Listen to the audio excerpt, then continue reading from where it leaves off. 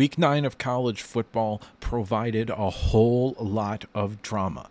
There were upsets, statements made, and struggle wins. Today, I'm going to break it all down. So, with the intro out of the way, I'd like to say hello and welcome to the JSA studio. I am your host, as always, Nathan, and today we're going to be reviewing Week 9 of college football. We're going to go ahead and start with the upsets, and there were three pretty major ones, and those were Kansas defeating Oklahoma, Arizona beating Oregon State, and Louisville absolutely eviscerating Duke. Let's work left to right here, starting with Kansas.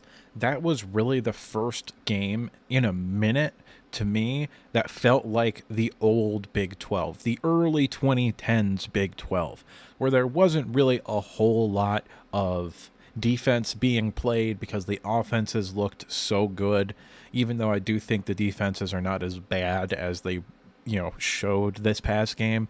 I think it had more to do with good offense rather than bad defense, especially on Oklahoma's side. But Kansas manages to get the win. They pulled it off. They actually did it. Lance Leopold has got his program-defining win right now. And I'm going to be honest with you, I know that there are going to be several programs looking to get him as their next head coach, specifically Michigan State, but I really hope that he doesn't leave Kansas, because Kansas, for some reason now, actually has a real chance to be a player in the Pac-12 going forward. Not just this year, but in the years beyond.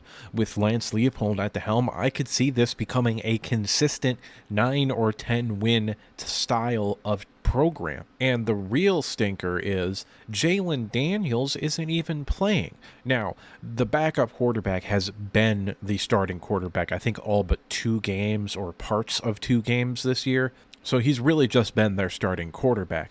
But Jalen Daniels is a special player. I'm not sure if he's going to return to Kansas next year. He might jump into the transfer portal, try to get paid.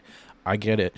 But I hope he sticks around, because I think this team could be even better next year. And considering how wide open the Big 12 appears on paper, maybe with Utah at the top, but then it's the wild, wild west after that, we don't really know what this is going to look like next year. We don't really know what the conference is going to look like next year. So Kansas could rise to the top and become a real program and a real consistent threat to win the Big 12 every year.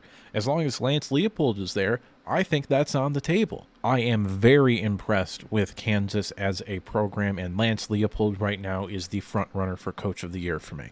Arizona, on the other hand, is a real football team. They might win 8 or 9 games this year. They have a relatively favorable rest of the schedule. This upcoming week, they play UCLA, and UCLA can't play offense right now, so they can win that game, even though UCLA's defense is unbelievable. But I think they could win that game, and then they play at Colorado, and they can definitely win that game. And then you're home against Utah, and Utah can't really play offense either, so that could be a win. And then you end the year with Arizona State, and Arizona State's been scrappy, but Arizona should be favored in that game. Noah Fafita looks like a really good quarterback, especially at the college level. They've got some weapons on offense as well, and it looks to me like Jed Fish has got himself a little bit of a program going down there now. Now, don't let anybody take this win away from you, Arizona, because of a questionable decision to fake a field goal at the end of the half. Fact of the matter is, you can't control what they do. You won the game because on that day, Arizona was the better football team than Oregon State. And I was fairly high on Oregon State. I had them ranked inside the top 15. But on Saturday, Arizona was the better football team. Last of the so-called upsets is going to be Louisville. And I'm going to be honest with you, I didn't know Louisville was like that on defense. Duke's offense hasn't been great this year, but it hasn't really been all that bad either. Riley Leonard is a legitimate NFL prospect. He's probably a second round pick, unless he returns and gets better, which is very possible. But it doesn't particularly matter because he couldn't do jack shit against that Louisville defense. And I am scared that they're going to have another down performance like they did against Pittsburgh this next week. Because with North Carolina losing their second game in a row, the path to the ACC championship game is Louisville's to lose. And you never know what can happen on any given field. So they could damn well win the ACC. They are a real football team and a real contender for the ACC. On offense, they are good enough at quarterback. They have a really, really good running back and a really, really good running game. The offensive line has dramatically exceeded expectations. And the defense has been phenomenal and was absolutely outstanding this past week. Jeff Brom, along with Lance Leopold, is in the discussion for Coach of the Year. I guess you could throw Jed Fish in there too, but I think he's a little bit below Lance Leopold and Jeff Brom for me right now in that category for Coach of the Year, quote unquote. I think there's a real possibility that one of those two coaches is going to win not just my best coach award, but also like the AP best coach award or whatever all of the different awards are. And I think they're both strong contenders. I mean, if Jeff Brom wins the ACC, he's going to win the award. So either way, it's been a great year for all three of these programs, and they all seem to be trending in the correct direction. And we're going to move on to the SEC now. We're going to talk about Tennessee and Georgia. Tennessee wins in a shootout, and Georgia dominated Florida. I wonder who could have possibly predicted that. Oh, wait, I did. I wasn't alone in that assumption, but there was a lot of narratives surrounding that game that I just felt like were absolute nonsense.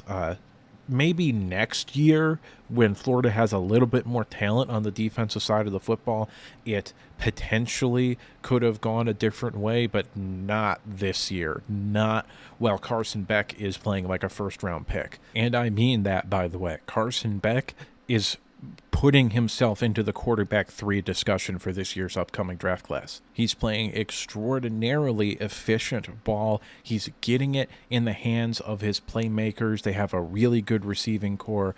And even with Brock Bowers out, they still have probably the best tight end in the SEC. I can't remember his name off the top of my head, but it's that number 4 kid. He's incredible. You can tell by the way he moves that that kid is a dude. Now, as far as Tennessee goes, winning in the manner that they did was encouraging for me. I think 10 wins is potentially on the table. Now, you would have to upset Georgia, who I think is the best team in the country, but that's not an impossibility. Tennessee has enough talent to do that, but it's unlikely. Either way, the bowl game is probably going to be the deciding factor on whether I personally would consider this a successful season or not. It appears that Josh Heupel on offense is always going to have at least a good offense, which is what you have this year. And if the defense can continue to play at a high level, you are going to consistently compete for SEC championships, even with Texas and Oklahoma joining the conference next year. Now, unlike in the SEC, these two Big Ten teams did struggle a little bit. Ohio State did what it's pretty much done all season, which is kind of struggle in the first half, really struggle in the third quarter, and then pull away and dominate in the fourth quarter to make it look like you didn't really struggle all that much. I think Ohio State's path to victory in the Big Ten is pretty simple. They're going to have to rely on Marvin Harrison Jr. just flat out and straight up being better than everybody else. Even when Emeka Ibuka comes back, they haven't particularly gotten him the ball a whole lot. Like, when he's been healthy, he's been getting open and doing whatever he's been doing, but Kyle McCord has just had a hard time getting him the football. And they haven't particularly been able to run the ball consistently. Now, TreVeyon Henderson has been really, really good this year. I've been a critic of TreVeyon Henderson his first 2 years because he was an extraordinarily overrated running back. But this year, he's been that dude. He wasn't the past 2 years, but this year, he's been that dude. And outside of him breaking some big plays, you haven't really been able to run the ball consistently. The offense looks like it's held together with duct tape, Elmer's glue, and hopes and dreams. Like, it just looks whack. It looks like, for whatever reason, there's just always something that goes wrong, and then you can never get started. Like, whether it's Kyle McCord missing a pass that he has no business missing, whether it's a receiver dropping a ball that they have no business dropping, or a penalty on second down after you got a 6-yard run on first down. I don't know, but there's always something that feels like is holding this offense back. And even if there wasn't those sort of mental quote unquote mistakes that are being made, the offensive line has been average this year. Like, they've gotten beat and for stretches of games dominated. And we're 8 games into the season, and this has been the case through all 8 games. This is not something that is magically going to get fixed. So I think there are things that you're going to have to do when you're playing against Michigan in the future that you probably didn't have to do even against Penn State, because Penn State's defensive line is not on the same level as Michigan's, especially without future first-round pick Chop Robinson. Nevertheless, Michigan is a topic for the future.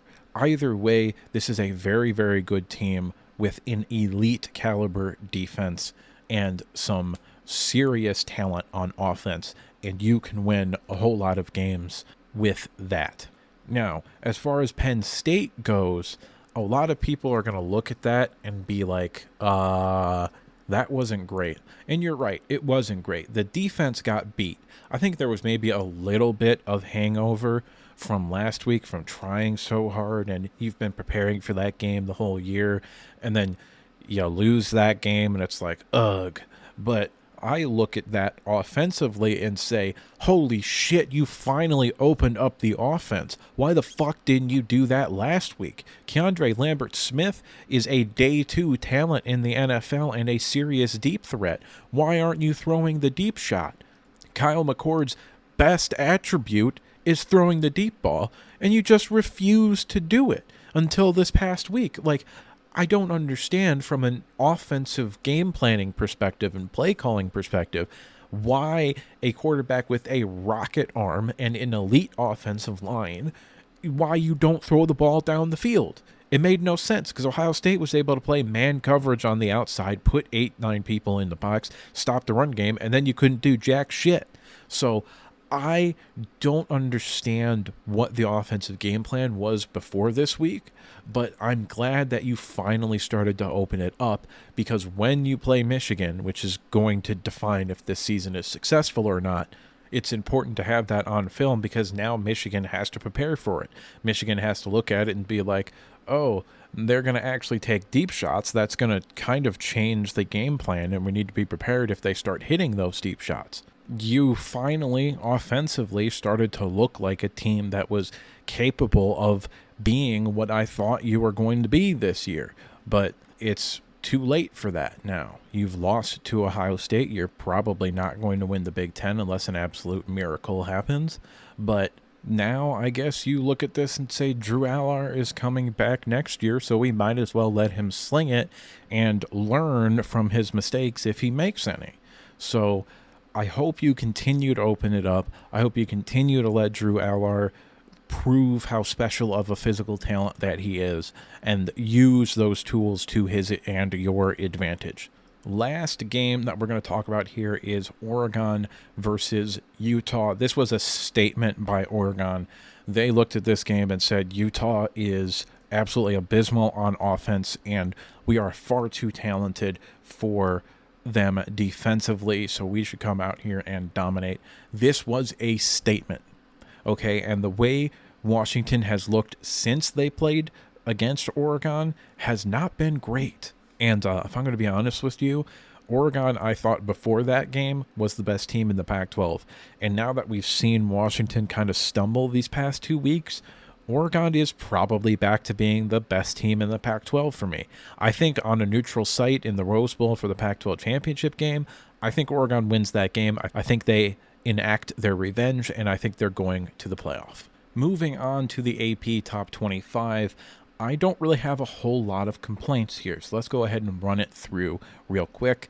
You've got Georgia at 1, Michigan at 2, Ohio State at 3, Florida State at 4, Washington at 5, Oregon up 2 spots from 6, Texas up 1 spot to 7, Alabama up 1 spot to 8, Penn State up 1 spot to 9, Oklahoma down 4 spots after their loss to Kansas, Ole Miss up 1 spot, Notre Dame up 2 spots, LSU up 2 spots, Missouri up 2 spots, Louisville up 3 spots, Oregon State down 5 spots, Air Force up 2 spots, Utah down 5 spots, Tennessee up 2 spots, UCLA up 3 spots, Tulane up 1 spot, Kansas in from being unranked. James Madison is up 2 spots. USC remains stagnant at 24, and Kansas State becomes ranked. The only real problem I have with this list is that I don't think USC deserves to be ranked, and maybe Louisville should be a little bit higher. But outside of that, I'm fine with everything. Notre Dame I have significantly lower on my list, which we'll start to get into right now. At 25, I have Oklahoma State getting into the rankings for the first time this year. At number 24, I have Liberty up 1 spot. At number 23, I have Kansas jumping back into the rankings. I had them ranked early on into the year. At 22, I have James Madison up 2 spots. At 21, I have UCLA up 2 spots. Everybody here, I think Oklahoma State's a solid team. I think they've been getting better every single week. I think Mike Gundy is a good football coach, but pretty much everybody here is kind of, you're 1 loss away from not being ranked and probably also not really having much of a chance to become ranked again. For Oklahoma and UCLA, this was really rebuilding years this year. For Liberty, Kansas, and James Madison, this was building years, so I think they're pretty happy to be ranked. At number 20, I have Tulane up 2 spots from last week. At number 19, I have Notre Dame up 2 spots from last week. At 18, I have Air Force up 1 spot. At 17, I have Oregon State falling down 7 spots. At 16, I have Utah falling down 3 spots. Tulane and Air Force, if they win out, I don't know particularly, but if they win out, I figure Air Force will remain ahead of Tulane and get that New Year's 6 bowl game opportunity, probably against a team like Washington or Oregon who loses in like the Pac-12 championship game or something like that. So I think Air Force has a real chance to be that team that next year would make the playoffs. Notre Dame at 19, I just don't think they're as good as everybody else thinks they're good. I think USC is abysmal, and them dominating USC has no credence to me. I think Duke, now with 3 losses, is proving to be a team that has a pretty good defense and a offense that maybe isn't as good as people might have thought that it was. Oregon State at 17, I think this is a good football team. I think this is a program on the rise, but the chance at the Pac-12 championship game has perhaps slipped out of their hand. Hypothetically, if they were to beat Oregon and win out, then they would have a chance to get to the Pac-12 championship game, but I don't think it's particularly a great one, especially with Oregon looking to revenge last year. So Utah, I think, is in a similar sort of situation as Oregon State. Now, Utah is probably going to be the class of the Big 12 next year, and Oregon State doesn't have a conference, so there is that. But Utah, I think, is in a similar position as Oregon State. I think this year was a year where they were maybe sneaky contenders, and it just hasn't gone exactly the way that they've wanted it to go.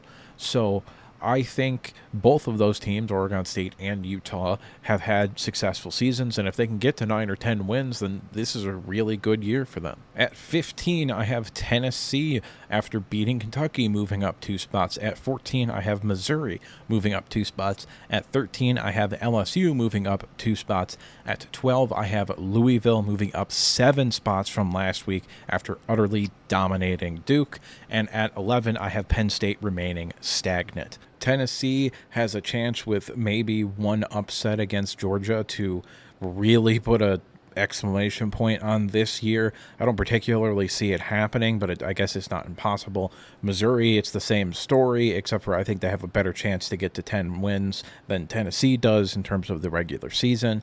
LSU, they've pretty much just got to beat Alabama, and then they can punch their way to a SEC championship game for the second year in a row, because Ole Miss has to play Georgia, and they will likely lose that game. So they just have to win out, and Ole Miss will end up with 2 losses inside the SEC, while LSU will only have 1. So LSU's got a real chance to get to the SEC championship game. Louisville at 12 is right now probably the team most likely to play Florida State in the ACC championship game. And if they're 11-1, they're going to be ranked in the top 10. So that'd be a big resume boost for Florida State. And if Louisville were to beat Florida State, then that'd be a big resume boost for Louisville. But I don't particularly think, even at 12-1, even if they dominate Florida State, I don't particularly think Louisville is going to make the playoff. I think in 11-1 Michigan or in 11-1 Ohio State would make it in over them, and I don't think either of those teams would make it in over a 12-1 SEC team or a 12-1 Pac-12 team or a 12-1 Big 12 champion as well. And if any of those conferences have a 13-0 team, then they're getting in pretty much automatically as well. So not great for Louisville in terms of actually making the playoff. I think a couple of things would have to go their way for that to happen, but it's certainly not an impossibility.